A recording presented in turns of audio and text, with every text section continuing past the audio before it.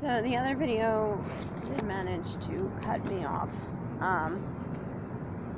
But really what we can tell from this Sahelanthropus chadensis is that at this time, 6 million years ago, we can think that possibly, perhaps, Sahelanthropus chadensis represented this common ancestor between humans and chimpanzees, that branching off.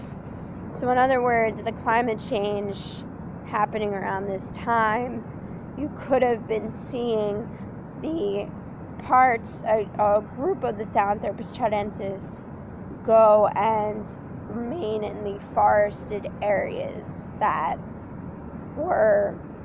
they weren't turning into grasslands or anything like that. And then at the same time, and those Sahelanthropus chadensis, the ones that remained in the forest and stayed up in the trees, those were the ones who they were more like chimps. They ended up evolving to be more like chimps.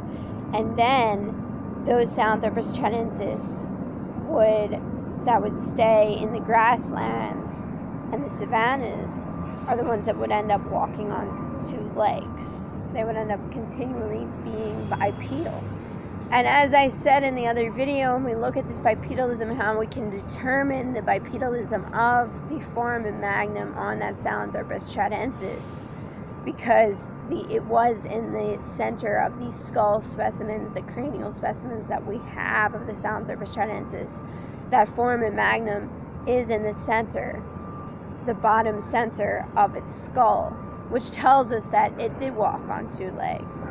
At the same time, though, like I said, it may have done both. And for that reason, those that remained in the forests, those Sahelanthropus chadensis that remained in the forests, would remain in the trees, and again, kind of becoming what would eventually be down the line, 6 million years down the line, modern chimpanzees, because they could walk on two legs, but they also were in the trees.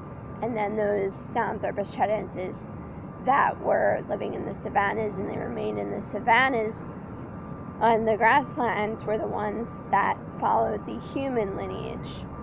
And there's still research being done on this, and we don't really know for sure. And again, it was not cut and dry. It's not like that migration happened and then all of a sudden there were differences. This happened over changes in the genomes over millions of years, 4, 5, 6 million years. It really was a gradual process. It didn't just happen overnight.